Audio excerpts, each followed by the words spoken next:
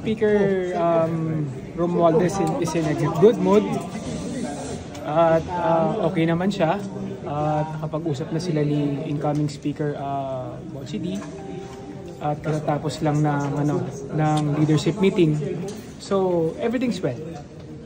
Sir, may magagalaw po ba sa mga deputy speakers, chairmanship? Right now, we want to keep the house in order. Siyempre, mas maganda na stable at saka kailangan din priority siyempre yung budget ng ating presidente at kailangan tuloy-tuloy lang yung trabaho. Kumusta po yung moral ng leadership after po nitong confirmation na magre-resign po si Speaker Romualdez? Taas naman, kasi si Speaker is very supportive, kay incoming Speaker Boji D at talagang magkaibigan sila. So talagang makikita mo na talagang naandun yung confidence na talagang magtutuloy-tuloy yung adhikain ng leadership at saka ng institution na tulungan yung ating pamahalaan, yung ating pamahalaan, especially kay Presidente BBM. So, wala naman kami nakikitang problema. Sir, bakit daw po si Boji D yung napapalit kay Speaker?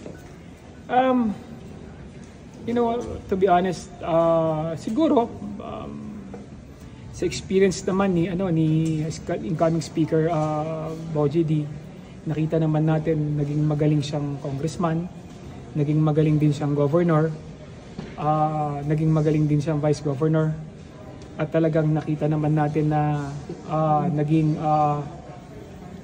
stable naman nung pinamamahalaan niya yung probinsya ng Isabela. Talagang maganda naman yung kanyang naging pamamalakad. Sir, what triggered the resignation? Was the Speaker forced to do so?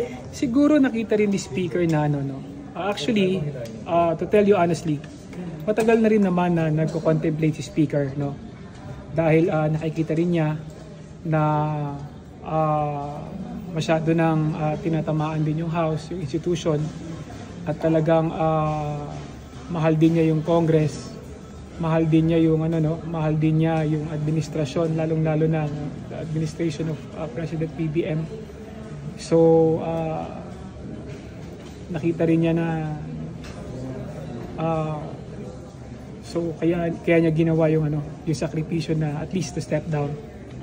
Para yun nga mas magkakaroon siya ng oras na harapin din yung mga accusations, mas magkakaroon siya ng panahon para sagutin yung mga sinasabi, yung mga intriga. So yun din yung isang dahilan kung bakit mas pinili niya na magsakripisyo para din sa institusyon at para din sa bansa. Did party leaders try to stop him?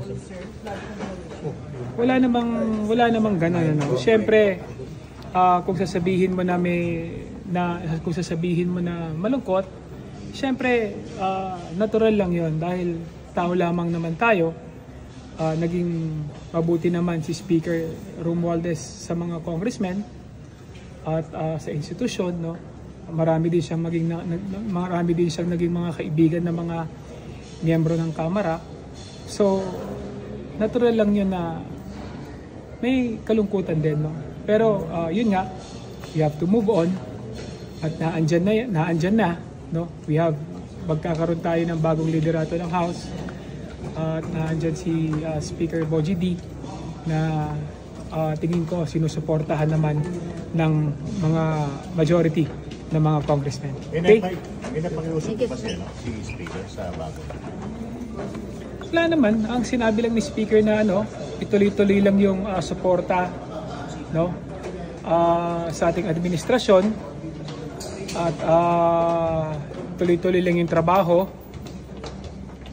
Huwag hayaan yung outside noise na makaapekto sa trabaho ng House at saka siguraduhin lang na matulungan yung ating mamamayan at lahat ng programa na makakatulong sa administrasyon at sa ating mga kababayan magtuloy-tuloy lang. Thank you po. Thank you, sir. Ano pa ibig sabihin na kinatamaan?